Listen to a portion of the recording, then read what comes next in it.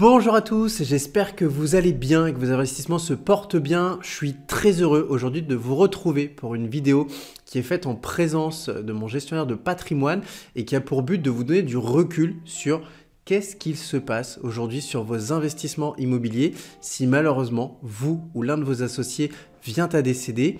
Est-ce qu'aujourd'hui on aura de l'imposition à payer? Est-ce qu'on n'aura rien à payer? C'est ce qu'on va voir ensemble dans cette vidéo. On vous retrouve juste après l'introduction.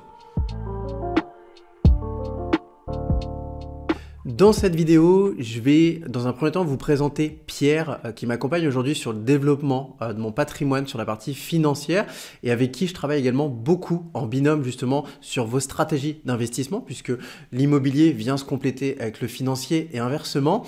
Et on s'est dit avec Pierre qu'il était très important de vous faire une vidéo sur un sujet qui n'est jamais évoqué, c'est malheureusement qu'est-ce qui se passe si nous-mêmes ou notre associé vient à disparaître pendant qu'on est propriétaire de notre bien immobilier et qu'on est en train de rembourser le crédit. C'est ce qu'on va vous partager dans cette vidéo puisque en effet, vous allez le voir, entre un investissement locatif ou même un achat de résidence principale, résidence secondaire qui est fait en nom propre et un achat qui est fait en société, eh bien malheureusement, ce ne sont pas du tout les mêmes conclusions. Et donc, on va venir aborder dans cette vidéo les choses à mettre en place pour se protéger. Pierre, merci à toi d'être présent à nos côtés. Merci à toi, bonjour Victor, bonjour à tous. Merci à toi de m'avoir convié. Eh ben écoute, c'est avec grand plaisir. C'est vrai que on en a parlé il n'y a pas longtemps. Tu as eu ce cas justement d'avoir quelqu'un qui malheureusement est décédé ou cette personne s'est dit, entre guillemets, en tant qu'héritier, c'est bien parce que le crédit est soldé. Et du coup, je vais pouvoir revendre le bien et passer à autre chose. Malheureusement, cette personne a dû passer par la case impôt. On va donc voir dans cette vidéo pourquoi. Juste avant qu'on évoque son cas spécifique, qu'on évoque des exemples de coûts pour les personnes qui seraient concernées, j'aimerais bien qu'on refasse un focus juste avant sur cette différence justement entre j'achète en nom propre et j'achète en société, puisque le cas qu'on va évoquer ne se passe qu'en société. Mais pour autant, il ne faut pas diaboliser les investissements en société parce qu'ils représentent aussi de gros avantages, notamment pour la transmission. Je te laisse la parole. Oui, bien sûr. Alors, les investissements en société sont aujourd'hui un réel outil. Il faut pas s'en priver, je te rejoins totalement. C'est juste que on achète sous une autre forme et il faut être conscient de ce que ça implique finalement. C'est pas les mêmes enjeux fiscaux, successoraux, et autant on a tendance à bien maîtriser l'achat en nom propre parce qu'on l'a connu par nos parents, nos grands-parents et parce qu'on l'a peut-être déjà fait. L'achat en société peut être très avantageux et c'est des stratégies que je développe, mais effectivement c'est d'autres règles du jeu et avant de s'y lancer, effectivement c'est bien de maîtriser, comme pour un jeu de société, avant de commencer une partie, c'est bien d'avoir lu les règles et de savoir comment on joue finalement. C'est ça exactement, parce que c'est vrai que finalement, lorsqu'on investit en nom propre, sauf certains régimes, on est sur le régime de la plus-value des particuliers, où là, ce sont des barèmes spécifiques qui s'appliquent. Et à l'inverse, lorsqu'on est en société, on est sur finalement la plus-value des professionnels. Et donc, ce ne sont pas les mêmes calculs. Est-ce que tu peux justement nous faire une synthèse là-dessus, avant de rentrer dans le détail, et pour que les personnes qui nous regardent puissent comprendre pourquoi finalement, si demain, j'ai une assurance de crédit qui s'active en nom propre, j'aurai pas de fiscalité. Et à l'inverse, si je suis en société, j'ai une fiscalité qui va s'appliquer et j'en avais même peut-être pas conscience. Oui, alors aujourd'hui, en nom propre, de manière très simple, l'assurance emprunteur va rembourser votre crédit. Il n'y aura pas d'autre impact que ça. C'est la quotité de l'assurance emprunteur qui va s'appliquer. Vous êtes assuré à 50% du montant du crédit. L'assurance emprunteur va rembourser 50% du crédit. Vous êtes assuré à 100%, c'est 100%. Et c'est une fois que l'assurance emprunteur a agi qu'on va retrouver le bien immobilier dans l'actif successoral, quelque part.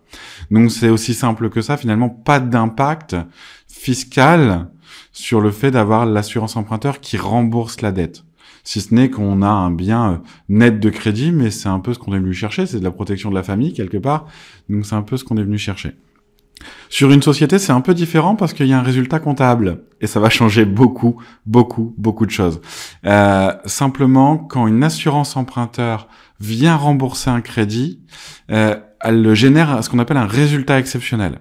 Ce résultat exceptionnel est soumis à impôt sur les sociétés. Donc là, il y a un impact fiscal.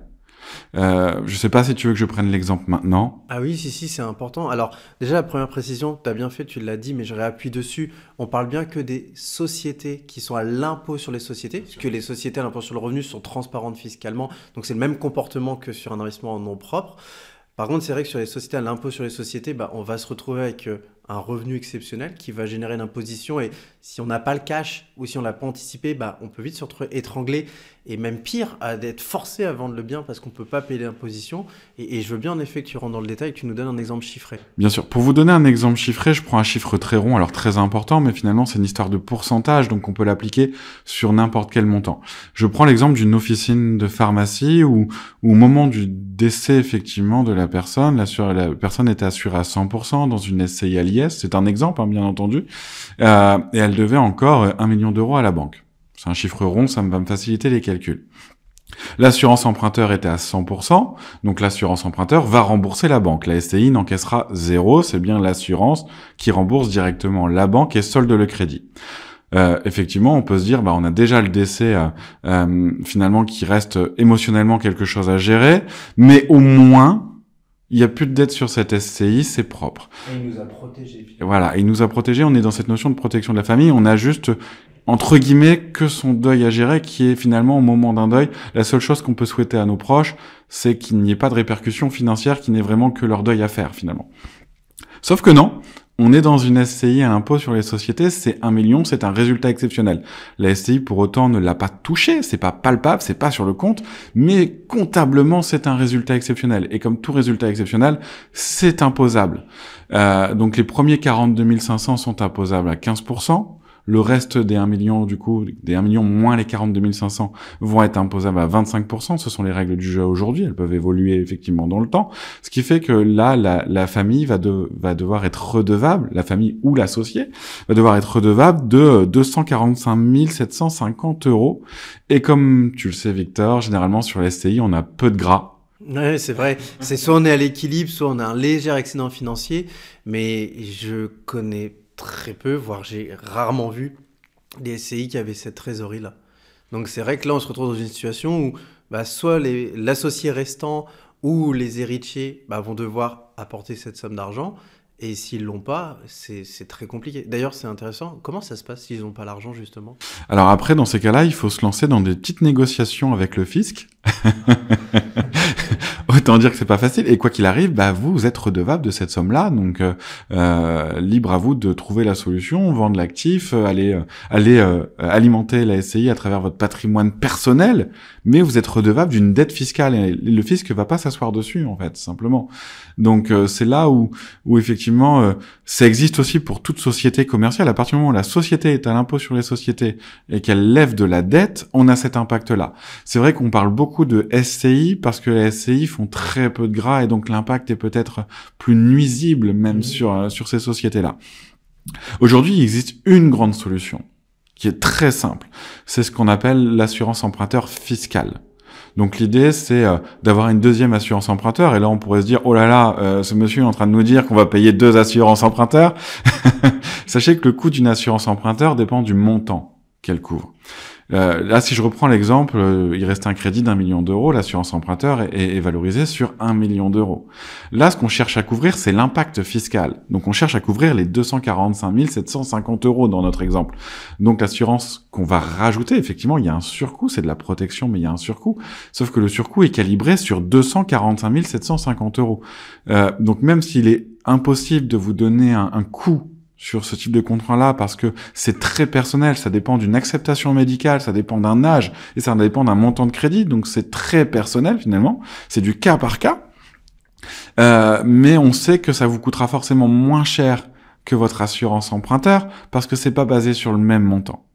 Sachant, petit point, c'est très technique, mais petit point important, si on rajoute une assurance emprunteur pour couvrir l'impact fiscal, cette même assurance emprunteur génère aussi un résultat exceptionnel, donc génère aussi une fiscalité. C'est pour ça qu'on vous couvre sur un montant légèrement plus important. Généralement, on a tendance à calculer 35%, parce qu'aujourd'hui, nos calculs nous montrent que si on fait 35% du bien, de la valeur de crédit qui vous reste, voilà, du capital restendu, je cherchais les mots, finalement, on couvre l'intégralité de l'impact fiscal. Donc, c'est 34, et quelque chose, réellement le bon montant, mais on arrondit à 35. C'est ce qui permet aujourd'hui de totalement protéger. Et finalement, sur ce contrat-là d'assurance emprunteur, c'est très facile. On n'a pas besoin de l'accord de la banque parce que c'est pas lié directement à la banque. C'est vous qui prenez un contrat supplémentaire, donc c'est très simple à mettre en place. On n'a pas besoin de changer vos offres de crédit. Bref, vous rajoutez juste une ligne qui vient protéger l'impact fiscal, dont le coût va dépendre du montant du crédit, plutôt de l'impact fiscal du remboursement du crédit. Donc le coût va être largement inférieur finalement à votre assurance emprunteur sur le crédit principal, et qui va effectivement être déductible également au même titre que ce que vous faites sur votre SCI. Et donc là, pour les personnes qui nous regardent, à qui ça fait tout de suite écho parce qu'ils ont soit des biens en société, à l'impôt sur les sociétés, soit ils avaient prévu de mettre en place, ils peuvent se rapprocher de qui pour souscrire ce type d'assurance? Alors, à mes yeux, il y a très peu d'acteurs aujourd'hui qui sont capables, parce que c'est vraiment très technique, c'est très fin, on est vraiment dans une notion de conseil extrêmement forte, là, pour le coup. Je connais aucun autre assureur que l'AJP, qu'aujourd'hui je propose, qui est capable de vous proposer ce type de contrat sur un capital restant dû. C'est-à-dire que on va prendre en compte le remboursement de votre capital dans le temps. Donc l'assurance emprunteur va évoluer. Aujourd'hui, vous avez d'autres acteurs sur le marché qui sont capables de proposer ce type de contrat-là, mais ils restent sur un capital fixe. Donc ils prennent pas en compte le remboursement et l'amortissement du crédit. Aujourd'hui, il y a, à mes yeux, sauf erreur de ma part, mais je crois qu'il y a que 3 acteurs qui proposent ce type de contrat-là, et un seul qui tient compte de l'amortissement, qui est l'AJP. Et qui l'AJP, pour que les gens puissent avoir du recul, est rattaché à AXA Assurance. Oui, tout à fait. AJP, c'est une société à l'origine plutôt sur la protection des personnes. Donc c'est, à mes yeux, encore une fois, c'est subjectif, la meilleure société en termes de prévoyance du dirigeant, entre autres. AJP sont basés en Alsace, à Schittigheim, pour être précis. Et aujourd'hui, effectivement, leur créneau, c'est la protection. C'est vraiment ça. Ils sont, à mes yeux, leaders sur le marché. En tout cas, c'est une très belle société là-dessus. Et aujourd'hui, personne d'autre que quelqu'un qui possède un mandat AXA n'est capable de distribuer de l'AJP. Ce n'est pas ouvert aux courtiers. Donc, c'est pas quelque chose que vous trouvez chez les courtiers en assurance. AXA se réserve le savoir-faire de l'AJP. Et donc, il faut avoir un mandat chez AXA, un mandat d'agent général, pour avoir le droit de distribuer ces solutions-là. Et en fait, c'est un constat très simple. Aujourd'hui, quand un assureur possède un très bon produit, il n'a pas besoin de le distribuer au plus grand nombre. Il le garde pour lui. Non, puis c'est vrai que je dis pas ça parce que je suis un ancien de la maison AXA, mais c'est vrai que pour avoir moi-même commercialisé les produits AJP il y a maintenant quelques années en arrière, et également pour les utiliser au quotidien, que ce soit à titre personnel ou avec beaucoup de personnes que j'accompagne, c'est vrai que c'est des produits qui sont excellents, qui ont un rapport qualité-prix qui est excellent, et bien souvent, et une nouvelle fois, selon des cas spécifiques de certaines personnes, on peut réussir des fois à trouver moins cher, mais il y a souvent un petit truc derrière. C'est-à-dire que peut-être qu'il y a un service client qui est moins réactif, peut-être qu'il y a un service client qui n'est pas disponible en physique. Et c'est vrai que ce qui est intéressant avec AXA, c'est que au-delà de présenter un excellent rapport qualité-prix, les produits de la gamme AJP sont distribués par des gens qui ont pignon sur rue. Donc c'est ça aussi qui est intéressant, c'est que toi, typiquement, pour les gens qui sont dans le besoin, et on remet tes coordonnées dans la description, tu es capable de les accompagner, que ce soit en physique avec les bureaux que tu as sur la métropole lilloise, aussi bien en distance grâce à la visioconférence qu'on utilise tous maintenant de plus en plus, et qui est juste génial parce que ça nous permet de toucher les gens peu importe où ils se situent. Et c'est vrai que d'avoir un interlocuteur qui est là pour nous, et où quand on appelle, ça décroche, ça n'a pas de prix, entre guillemets. Oui, si je dois parler des assureurs de manière générale, je pense que ce qu'on reproche à un assureur, c'est de pas être là quand on en a besoin. Je pense qu'à chaque fois qu'on a eu des clients qui ont pu se plaindre de leur contrat d'assurance, c'est de se dire j'ai pas lu la petite ligne, j'étais pas au courant. L'AJP sont connus, excusez-moi, je vais être un peu familier, pour être les plus chiants à l'entrée. C'est vrai.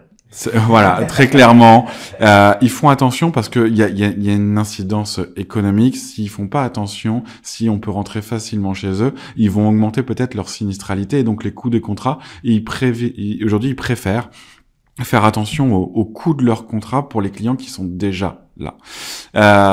Par contre, ils sont connus pour être d'excellents payeurs quand le sinistre arrive.